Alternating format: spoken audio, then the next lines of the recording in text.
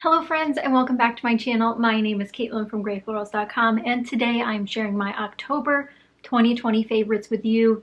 A lot more crafty things this month than non-crafty, but hopefully you guys still enjoy the non-crafty things I have to offer this month. I have my bullet journal here in my lap as well as all of the wonderful goodies I'm going to share with you today. And hopefully there are some new things you find and some maybe old favorites you forgot about. But as always, I want to know what you guys think were your favorites either this past week, this past month, whatever you're feeling in the comments down below, because Christmas and the holidays are coming up and I'm sure a lot of us are making our wish lists or filling our wish lists on our particular favorite crafty sites. So if you have something favorited that you absolutely loved, please let us know in the comments down below so we can find some good goodies this coming season. But we are just going to dive right in here. I'm going to start with my empties because there's not too many this month. There's actually only 4 and they're all consolidated into this one bin of it's the only sealed thing I had, so I just kept all the loose bits in here. But this set was originally a Recollections paper clip set, and this was actually sent to me by my friend Jana, and I finally used them up this year. So inside I kept all the remnants of the other offcuts of pieces I had finished, which included this very, very small sheet of rhinestones that I finished. There were only 8 on here, but that is what I finished off that swap sheet. And then these 2 are stuck together, but one was a small puppy sticker set. You can see a little flash of plastic there. Then the other one, which runs the other direction, was some glitter skulls. So definitely all the Halloween things. And I used those up, so now I can recycle the paper and the plastics if possible, or use them on other projects. But that is it for this empty, and you know, Halloween time came and went, and that was just some of the stuff I got to use. So empties, always good. But 4 empties this month so far. And in terms of favorite items, I didn't dive too far deep into Halloween projects this year. In fact, my patrons will know this, but I started a bunch of Halloween cards and simply did not finish them. This is the stamp set I used, and you know, sometimes you just don't get to it in time, but this is the W+9 Bunny Masquerade stamp set, and it is just so precious. So I'll give you guys an up-close look. And you guys might have seen this before. It is a little bit of an older stamp set, but you can actually use this for a bunch of different things, as you'll see in the different sentiments that are on this list. So you got a bunch of little bunnies and a bunch of masks for the bunnies to wear of different types of animals, like the bear, the moose, the raccoon, and a fox. And some of them say, "You're the very best," "Hey there, Foxy," "I moose you," "You've stolen my heart." Still, there's all sorts of fun things you can do with these guys. So I have a bunch stamped out and ready to be colored, so I can either make next year's Halloween cards or do something else with them. And I do have the die set, which is chopped up into pieces down here, so I can easily die cut all those out, which is why I picked it to make my Halloween cards, but it just never came to fruition, which is just, it sometimes happens that way. But moving on, we'll switch to a non-crafty favorite just to spice it up a little bit. And this is something I've had, I believe, since last year. So I've had it for over a year and I've barely made a dent. Well, I guess it's a pretty good dent, but I love this so much. And this is a Sonoma Goods for Life room spray. And I've never had a room spray before. I'm partial to like a candle or a wax melter, but I do love scents in rooms. And this one is called Happiness Peony and Rose Room Spray. So I'll give you guys a close-up of the label there.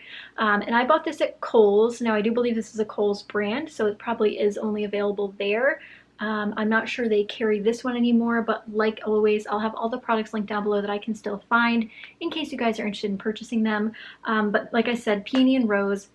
And peony is probably one of my all-time favorite scents. I love it so much. And this is definitely a different type of scent because of the rose mixed in.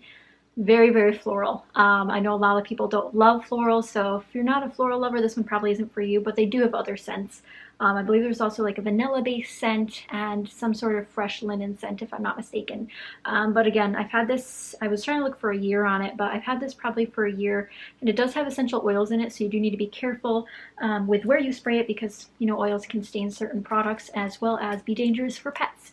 So I do use it sparingly and in wide open spaces, and usually I actually have my fan on as well because I am a little bit annoyed about how this scent can settle on a specific object if it's not being circulated throughout a room.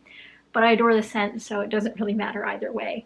But heading back into crafty favorites, something I ended up loving this month that I didn't anticipate on using because it wasn't part of my October How to Kill a Kit with Style were these puffy stickers from Pink Fresh Studio. Obviously, I don't have the full sheet anymore because I've used some of them, but this is from the BU collection, and they're beautiful peaches and blues. We got like the light minty blue and then like a darker teal, and these are from 2017. Which does make them a little bit old. I'm not sure these are still available anymore, but I do love all the little pieces that are left. And I used a bunch of the little florals, which is what I really loved about them. The florals, the little leaf pieces, and the wreaths. Gorgeous, just absolutely super fun to use. And I've always been a huge fan of Pink Fresh Studio puffy stickers, to be exact. And then before we dive into the last crafty things, I'm going to share one of my favorite small shops recently. As you guys might know, I'm a big gift giver, so I start Christmas shopping as soon as possible, including October. So in October, I placed an order at this shop, and actually now that I'm filming this in November, I've placed a second order to this shop because there's so much cute stuff that I want to buy for my friends. Now I am showing you things that I am either giving to people that will never watch my videos or things that I'm keeping for myself, but I'm not going to say just because I know sometimes my friends watch these videos and I don't want them to speculate. But this is the shop here. I have their little business card. It's called Tender Ghost, and it's tender-ghost.com is where you can find them, and then they're on socials as well right there. I found them on Instagram. There is a huge community of artists on Instagram and Twitter that I've started getting involved with just to see their beautiful work and try to support their businesses, especially in this hard time. Small shops are where it's at for Christmas time this year. And Tender Ghost makes a ton of different stuff, but what I'm really into are the pins and the patches. Now, I recently started collecting patches on my last big trip, which was to Montana last year. I actually didn't buy any patches on my cruise trip earlier in 2020. So that was a mistake. So I'll just have to go back to those places once everything's relieved of the pandemic. But I decided to get this patch from Tender Ghost, and it's a nice decent sized patch, and it says I am my own universe, and this will just look super cute on my patch board, and I just think it's so pretty with all the little stars, and it's got a beautiful texture to it, and it is it's a decent size for the price, and I just adore a good patch. And then one thing that I'm really getting addicted to that I probably shouldn't, which is enamel pins. And this pin, guys, you aren't ready.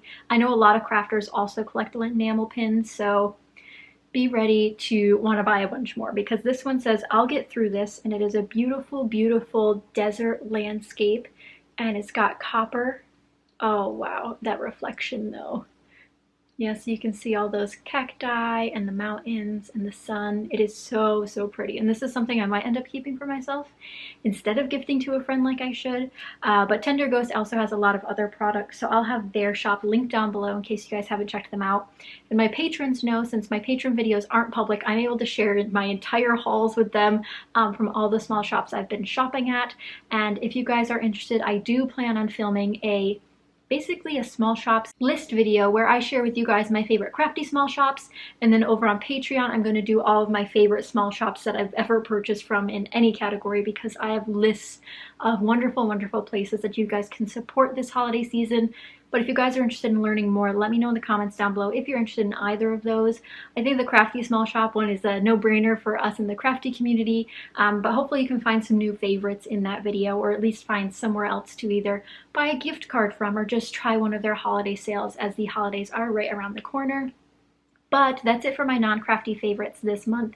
And now I have 3 last favorites. One's sort of an intangible. It's actually over there. It was too big to bring over and a little bit unstable, so I'll insert clips while I talk about it. But I went with my patrons the other month and created something called an inspiration station, which is just a divided tray where I put some of the wonderful goodies that I've been dying to use but haven't used, or things I've neglected using. So you'll see that I have items like felt flowers, paper flowers. I have alcohol inks in there that I've never opened from last year. So some new things, some old things, and just trying to put them on a pedestal so I want to use them and will gravitate towards using them more. So that's that little bin over there in the background, full of lots of great goodies. I just haven't had a chance to use them yet. And my last 2 favorites are from my minimal mixed media series. You guys know I have been doing that for a few months now, and I am happy to announce it will continue into December. And if not further. I'm not sure what my plans are going to be for 2021 yet, but you guys did want to see the mixed media series continue on.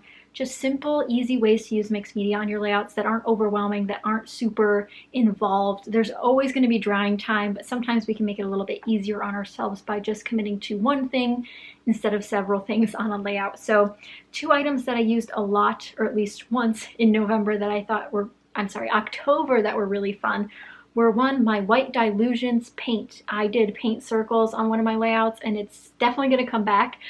So this is the white paint, which is called White Linen, and I picked up my Dylusions paints at Michael's, but there are several retailers and I'll be sure to link them down below.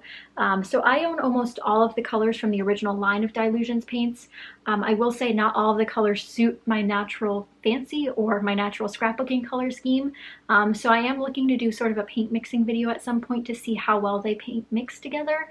But they are just essentially acrylic paint of sort, so it should work, but I'm a little bit nervous. And then one of the newest techniques that I tried involves this little guy, and I bought these a few months ago from Michael's, and these are called texture combs, typically used in painting but can be used in all sorts of things. I used one with modeling paste and it was a treat. I'm sure a lot of you thought it was funny because I definitely didn't know how to use it, and I definitely just tried it on a layout and probably scared the bejeepers out of people who are like, why are you putting it directly on pattern paper that I only had one of, and using it directly on my layout. But it worked out really well. I can't wait to use them again. I want to use them with other mediums as well, like paint or like, I don't know, I'm not sure what else I'd use it for.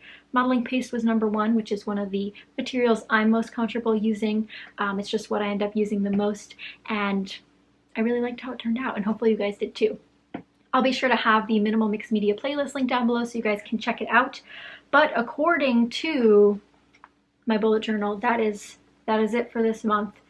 It was a short month. October absolutely flew by, and I mean, we're halfway through November at this point, so November will also fly by, but I hope you guys are having a wonderful crafty time when you can, and staying well and staying safe. I'll also have some links down below for ways you can help around the world. There's a lot of big hurricanes and countries suffering because of them, so if you can donate or donate goods, the link will be down below so you guys can check that out. And if you guys have any other questions, you can leave them in the comments down below. But I am super excited to share my October favorites with you, and I can't wait to read your October favorites, which will be in the comments down below. But thank you guys so much for watching. Again, stay well, stay healthy, and stay safe. It is going to be a crazy holiday season, and I do wish you all the best. But thank you so much for watching, and I'll see you in the next one. Bye, guys!